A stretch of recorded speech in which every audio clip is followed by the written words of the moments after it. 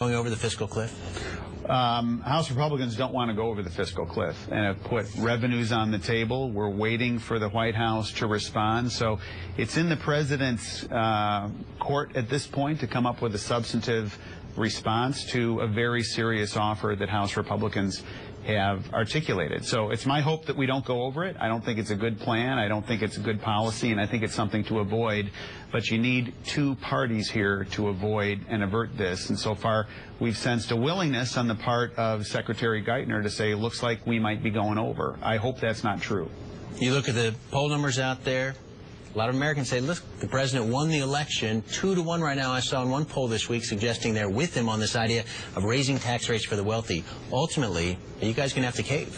There's an expectation that the president has created in the part of the public that simply letting the top two tax rates go up is going to make the problems go away. The president's own architecture on this was a 3-to-1 ratio, $3 in cuts for every $1 in new spending. Now, up until now, he's been insisting on new spending, and for 3 weeks there's been a focus from the White House to talk about only 25% of this deal. But what has largely been absent is where are the spending cuts, where are the savings? We've not heard those. And my sense is that polling changes very, very quickly if they recognize that this revenue side alone, the president's proposal, doesn't make our fiscal problems go away. You worked with President Obama in the state Senate. He was, of course, a Democrat. You were a Republican then, but you know him better than a lot of your colleagues. You think this is a president who can seize this opportunity? Your optimism that he will? Well, there's an opportunity there, and there's attributes in the president that I've seen in the state Senate that I have not seen him demonstrate as president of the United States. In the state Senate, we were able to work together on some very controversial things and come to a good outcome. For the first 2 years of his presidency, he had open field running legislatively. That is, he controlled both chambers of Congress and was able to move his agenda through.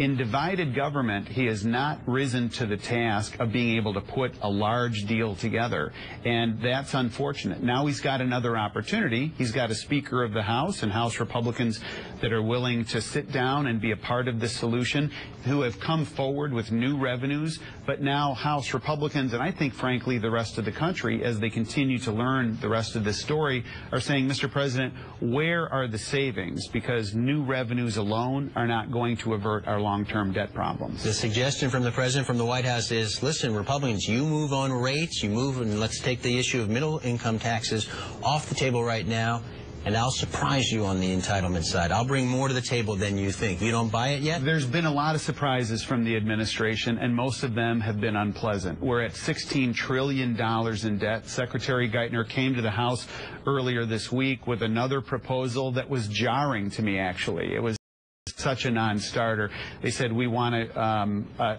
trillion in new revenue, which is a new number, but set that aside.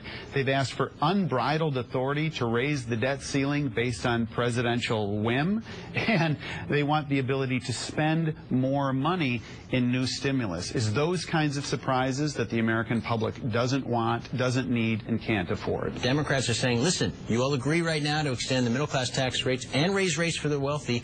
Maybe we can sit down in a tax code overhaul, bring those rates down, broaden the base. This is something everyone can support down the road. Why doesn't that work for you? There is a real concern on the part of House Republicans that says if you raise these rates on job creators, it's going to have an adverse impact on the economy. We propose instead find the revenues in other ways that the Speaker has articulated.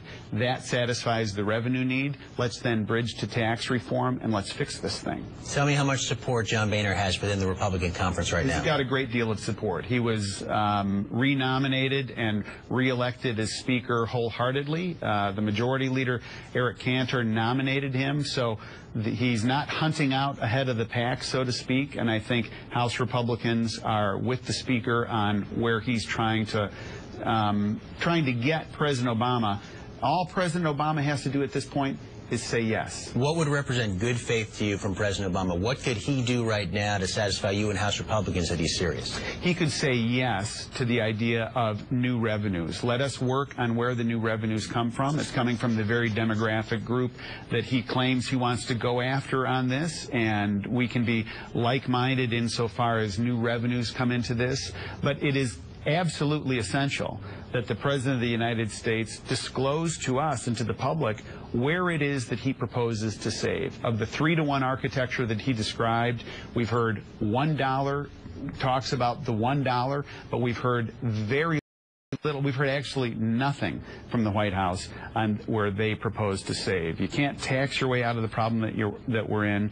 We've got to grow and we've got to save our way in order to have a more prosperous future. Final question. Are you and your colleagues planning to spend the holidays here in Washington? You all staying here until this is done? Look, we're committed to staying here for as long as it takes to get this job done, and that's what we ran for, and that's what we propose to do. Congressman Roskam, thanks for the time. Thanks, Peter.